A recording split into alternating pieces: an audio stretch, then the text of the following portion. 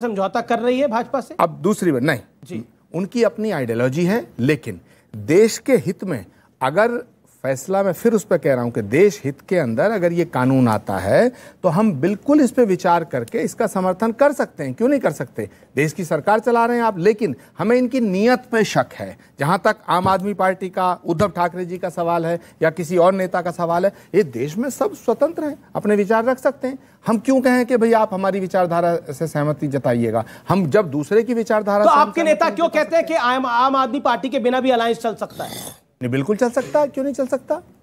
आम आदमी का काम हमारे बिना चला नहीं चला, तो हमारा काम भी इनके बिना चल जाएगा।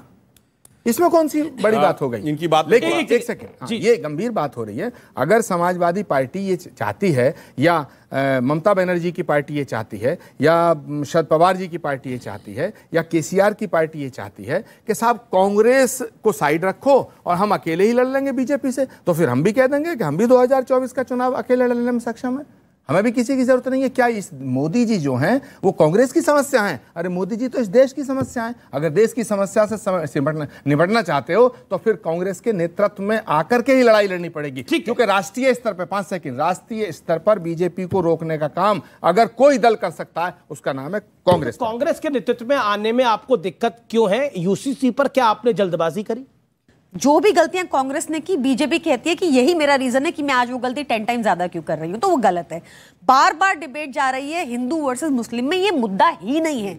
सबसे पहली चिंता मेरी ये है कि यूसीसी कोर्ट जो गोवा का है वो एक आदमी को 2 शादियां करने का राइट देता है अगर महिला को बेटा नहीं होता। क्या ये रहेगा? दूसरा, इनका जो यूसीसी उत्तराखंड का ब्लूप्रिंट आया है उसमें आया है कि अगर हस्बैंड वाइफ का डिवोर्स होता है तो बेटा तो बच्चे को ग्रैंड पेरेंट्स को दे दिया जाएगा।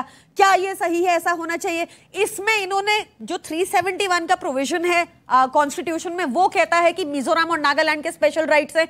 उसमें एनडीपीपी, जैसे भाई ने बताया, एनडीपीपी ऑलरेडी अपना ऑब्जेक्शन दर्ज कर चुकी है जो इन्हीं की अलायंस है। उसमें ये सारे मेन मुद्दे हैं, इनका जवाब क्या रहेगा? अगर सुधांशु जी सपोर्ट करते हैं तो अब तक किस बात पे सपोर्ट कर रहे हैं बिना ब्लूप्रिंट के? जी सुधांशु त्रिवेदी। देखिए, मैं दोनों की बात का उत्तर देता हूं। पहले तो आचार्य जी ने कहा कि कांग्रेस ने हमेशा रीजनल पार्टी का साथ दिया और फिर रीजनल पार्टी ने भाजपा से लड़ाई लड़ी। मान्यवर, आप पूरी तस्वीर नहीं बता पाए। आम आदमी पार्टी का उद्भव कैसे हुआ? 32 सीटें हमारी थी, 28 इनकी और 8 इनकी। आपकी सरकार हारी थी, ईमानदारी से स्वीकार कर लेना चाहिए था। आप 8 सीटों पे आ गए, बात खत्म। मगर बीजेपी को रोकने के लिए आपने इनका साथ दिया। उसके बाद ये लड़ाई हमसे न लड़ते तो आपसे लड़ते, आपकी तो 0 सीटें हो गई। उसके बाद आप लड़ाई में नहीं रह गए। वैसे ही उत्तर प्रदेश में हुआ, जब मुलायम सिंह जी पहली बार मुख्यमंत्री बने तो भाजपा की 56 सीटें थी, मुलायम सिंह जी की 180 सीटें थी, जनता दल वीपी सिंह के जमाने में। कांग्रेस 96 सीटों के साथ मुख्य विपक्षी दल था। जब अयोध्या में फायरिंग हुई, हम इनसे अलग हो गए, उन्होंने उनको बचाया, तो फिर क्या हुआ? उसके बाद वो साफ ही हो गए। तो लड़ाई हमसे ही होनी है भाई, क्योंकि हमारे ही खिलाफ मन में नफरत रख के आपने किया था। अब हम इसके ऊपर आते हैं। देखिए, जो ट्राइबल्स एरियाज हैं या किसी की भी संस्कृति हो अथवा जमीन का संरक्षण हो, उसका इस कॉमन सिविल कोड से क्या लेना देना? ये तो बड़ी सिंपल सी बात है। बिल्कुल मैं बात बता रहा हूं। अरे भाई, अरे भाई, आप क्या बात कर रहे हैं? मेरा भी सवाल है। जमीन सिविल का प्रियंका जी, अनुराग, एक सेकंड, सबका जवाब एक साथ, सबका जवाब एक साथ देना आपको। सुधांशु जी, एक सवाल है, आपका सवाल है ना, वो जवाब दे देंगे। सवाल मैं ये पूछना चाहता हूं कि यूसीसी आने के बाद हिंदू निकाह किया करेंगे या मुसलमान फेरे फेरेंगे? जरा बताइए। नहीं, क्लियर। अरे भाई, इसका धार्मिक संस्कृति परंपरा से क्या मतलब? मैं बता रहा हूं। तो फिर किससे? सुनिए, अरे भाई, मैं जवाब दे रहा हूं। अरे भाई, अब मैं उदाहरण दे रहा हूं। जैसे पैनल कोड में सब एक हैं, हत्या हुई तो फांसी होगी। अब फांसी के बाद दफनाओगे या जलाओगे अपने ऊपर है, मगर फांसी होगी हत्या पे, यह रूल होना चाहिए। मगर यहाँ तो गलत एग्जांपल है भाई। क्या गलत एग्जांपल? जो आपको आप शादी पे बात होती है, गोवा की बात होती है, आप बोलने नहीं तो यार। एक एक करके आप क्या चाहते हैं? डिबेट रोकूं यहाँ पर? नहीं, एक एक करके। इन्होंने सवाल पूछा, ये जवाब देंगे, इन्होंने सवाल पूछा, ये जवाब देंगे। एक एक करके आप बीच में क्यों जवाब? उन्होंने सवाल पूछा, उसका ही जवाब दे रहा हूं। उन्होंने कहा शादी होगी तो फेरे होगी। आप इधर आ जाइए। शादी होगी तो फेरे से होगी या निकाह पढ़ के होगी, इसका क्या मतलब है?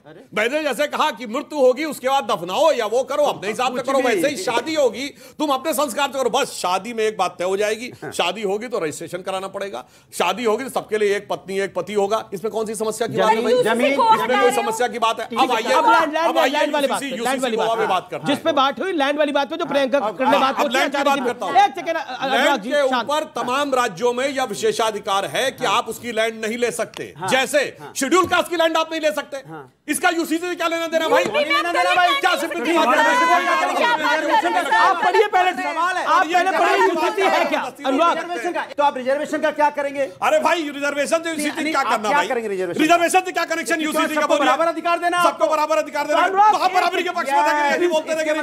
रिजर्वेशन का क्या लेना देना यूसीसी से? जमीन में जाएंगे, मुस्कुरा रहे हैं, निकाह में जाएंगे, रिजर्वेशन पे जाएंगे। यूसीसी का रिजर्वेशन से क्या लेना देना है? किससे लेना देना है? फिर यूनिवर्सिटी का रिजर्वेशन से कोई लेना देना नहीं है, ना जमीन से लेना देना है ना। अच्छा ठीक है, ऑडियंस के सवाल। अरे ये देखिए कौन आया है स्टूडियो में, एक सेकंड स्टूडियो में कौन आया है? आप क्या कहना चाहते हैं? मेरा आपसे सवाल क्या? आप तो बोलिए भाई, सवाल क्या पूछेंगे आप? बोलिए। आप तो मेरे को इतना ही पूछना है कि आप तो ठोक दीजिए। बिल्कुल ठोकूंगा। आप 35 करोड़ से ऊपर क्यों नहीं सोचते हो? मोदी जी 140 करोड़ के बारे में सोच रहे हैं और आप केवल 35 करोड़ पे टिके। अच्छा ये तो आप 140 करोड़ के बारे में सोचिए। अच्छा एक सवाल है, ये वेशभूषा अभी आपने 2017 के बाद धारण करी है या उससे पहले से पहनते आ रहे हैं? ये केवल 2022 के बाद चालू हुई है। 2022 के बाद चालू हुई है। चलिए कंफ्यूजन हो जाता होगा कई बार लोगों को, लेकिन आपको यहाँ देख के अनुराग भदौरिया थोड़ा डर गए थे। अच्छा नहीं ऐसा तो नहीं था। एक सेकंड। अब देखिए बीजेपी के प्रवक्ता कह रहे हैं शादी से यूसीसी का लेना देना नहीं, जमीन से लेना देना नहीं, रिजर्वेशन से लेना देना नहीं। तो प्रभु लेना देना किससे है? अरे भाई लेना देना किससे है? पता किससे? मैं बता रहा हूँ, इससे लेना देना है, इससे लेना देना है। महंगाई पे बात ना हो जाए, टमाटर 120 रुपया हो गया है, इससे लेना देना है इनको। इससे चर्चा नहीं करना चाहते।